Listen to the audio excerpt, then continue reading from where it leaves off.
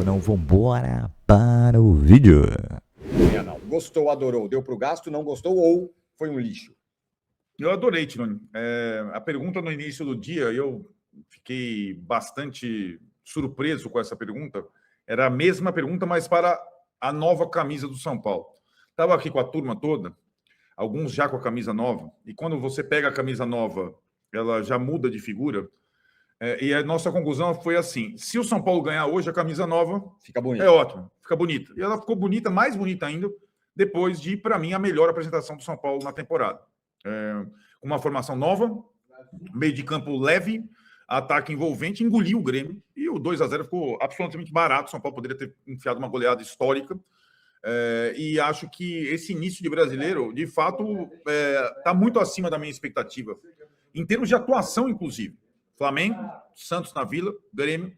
Então, são 7 pontos muito bem conquistados, digamos assim, né? Então, eu gostei bastante, adorei para responder a sua pergunta inicial. Era um início duro, né? Era um clássico fora de casa, eram 2 jogos difíceis, Flamengo e Grêmio, ganhou os 2 e empatou fora.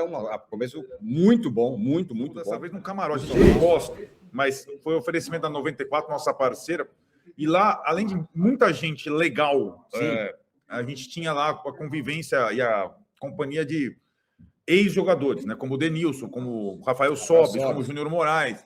E os 3 gostaram muito do jogo do São Paulo e salientaram uma questão que é até chocante, né? Como 2 jogadores tão baixos e tão pouco privilegiados fisicamente conseguem controlar e engolir um jogo como fizeram o Marcos Antônio e o Danielzinho. Eles meio que se complementam, né? Impressionante. O São Paulo teve a saída do Bobadilla no primeiro tempo, um susto, parece ser, segundo ele, uma pancada, tipo uma paulistinha e não uma lesão.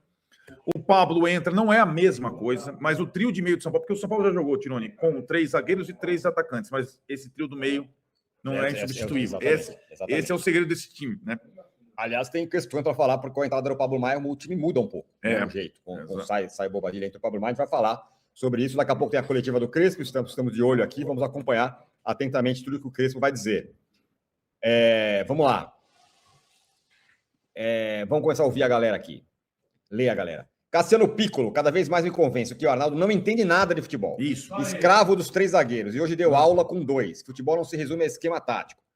Não, na verdade, gente, depende eu na live, primeiro na live, na abertura, no 3Z, eu adiantei a ausência do Arboleda e o sistema com 3 atacantes. Você podia falar, eu sei muito, sei quase e tudo. O que eu acho é que o sistema de 3 zagueiros é um sistema mais seguro, o São Paulo tem mais opções nesse setor.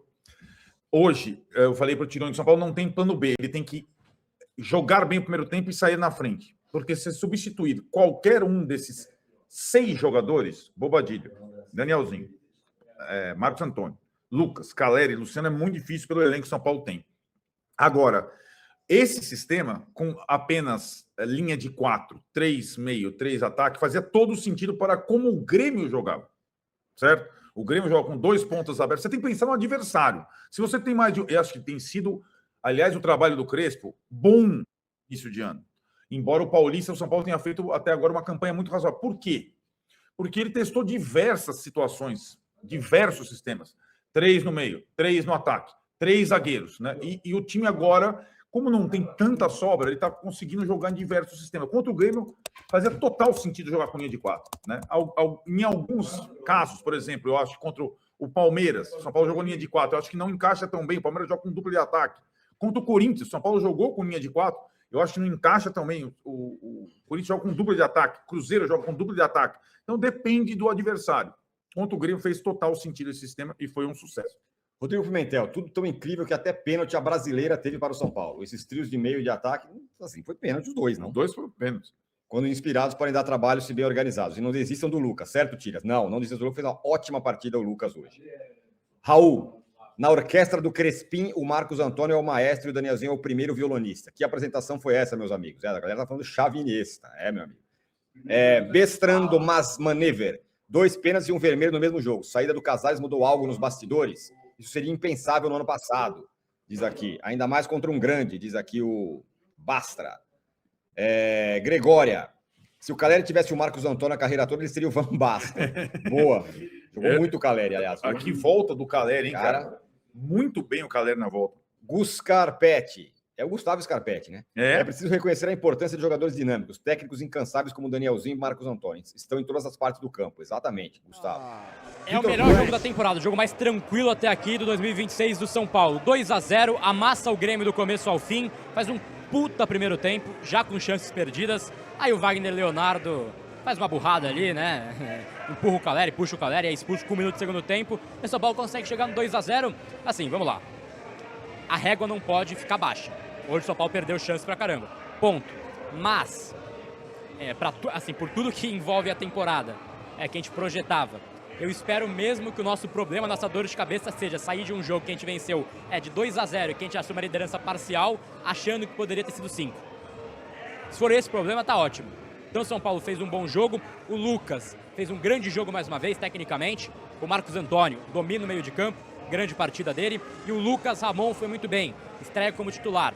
2 pontos para fechar. Primeiro, hoje, né, menos de 20 mil torcedores, mais um público, né, que cantou, apoiou, e é isso, o Morumbi tem que ser a casa do São Paulo, tem que ser a casa que o São Paulo vai pressionar. E o segundo ponto, aí eu posso estar sendo um pouco chato, eu não gosto muito dessa variação, dessa rotação nos pênaltis. Acho que o time tem que ter um batedor fixo. Hoje o Caleri fez gol, o Lucas fez gol. Talvez o Luciano tenha pensado, pô, já que eu que sofri, não fiz gol ainda hoje, eu vou bater. Acho que o menos pior, né, e tem até números bons, né, a gente estava fazendo aqui 13 pênaltis que ele bateu, acertou 12 e errou apenas 1. É o Lucas Moura, e eu não acho ele um exímio cobrador, mas ele tem bons números, então ele tem que bater o pênalti. Ah, mas é porque o Caleri... Cara, não importa.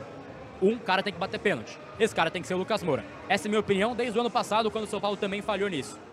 Cara, fora isso, grande vitória do São Paulo, jogo impecável do São Paulo, avassalador, 3 pontos importantíssimos. São Paulo e Grêmio. Vamos lá, vamos ser sem clubismo. O que a gente ia esperar de São Paulo e Grêmio? Sinceramente, um jogão difícil, um baita no jogo difícil, o Grêmio vinha bem, o Luiz Castro resolve mudar, resolve tirar o Willian e resolve entrar com um atacante. O Crespão da massa, que inclusive, como de costume, a galera vai falar... Ô Lucas Vieira, não tô contratado pela TNT não, até o final do Paulista, tá? Então ali é só como embaixador mesmo e participar dos programas, mas não tô contratado não, mas enfim. O Crespo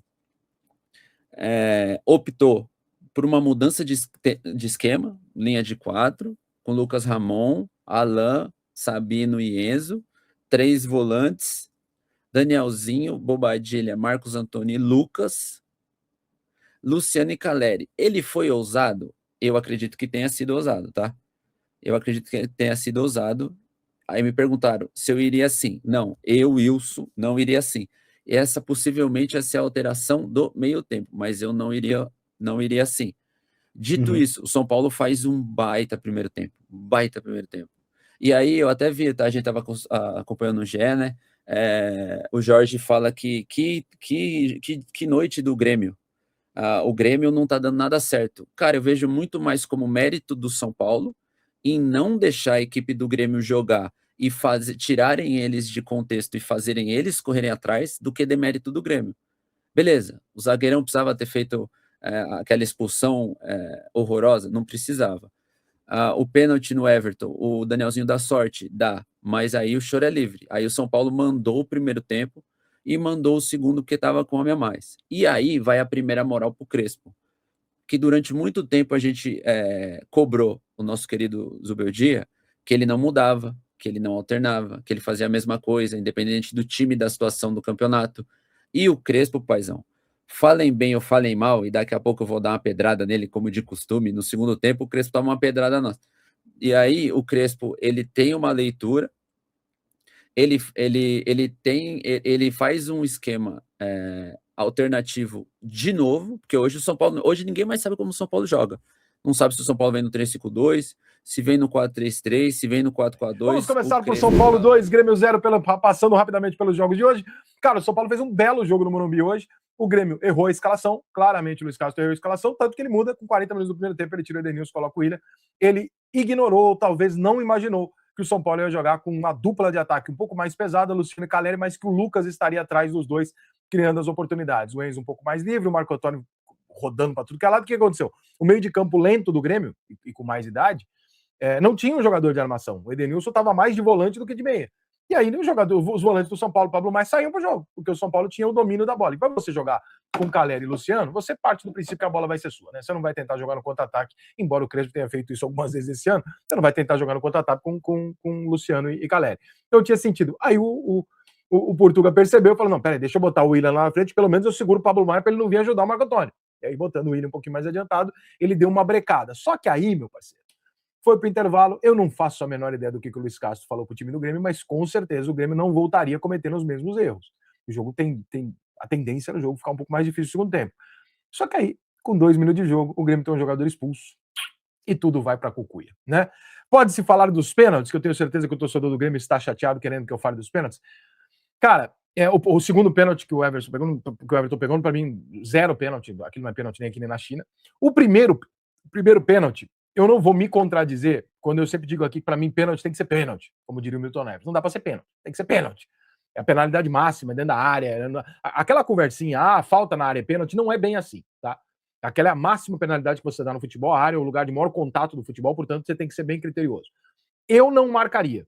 Não acho um absurdo o árbitro marcar, porque tem uma mão ali que o árbitro pode entender do jeito que ele quiser e tal, mas eu não marcaria, tá? Porque como não dá para cravar que ele botou a mão e derrubou, que ele botou e que teve impacto, o jogador de São Paulo não chegaria na bola, a bola ficou muito mais pro lado do zagueiro do Grêmio do que pro jogador de São Paulo, então eu acho que assim, eu não marcaria o pênalti. O segundo não foi mesmo, tá? Agora, independente disso, o São Paulo foi consideravelmente melhor do que o Grêmio durante 45 minutos. Os 90 a gente não vai nem considerar, porque no segundo tempo o time do Grêmio tinha um jogador a menos, naturalmente o São Paulo engoliria o Grêmio, e foi isso que aconteceu. A única coisa que o São Paulino pode ficar meio preocupado é de falar, pô, cara, o São Paulo teve hoje ali, além do pênalti, mais 2, 3 bolas na cara do gol e não conseguiu marcar. O São Paulo poderia e deveria ter feito muito mais gols do que ele fez hoje no jogo e ter tido um placar muito mais tranquilo do que ele teve. Tirando isso, cara, não dá para reclamar do São Paulo numa noite que o São Paulo joga bem, toca a bola, bota a bola no chão, cria oportunidade de gol e bate o Grêmio no Morumbi por 2-0.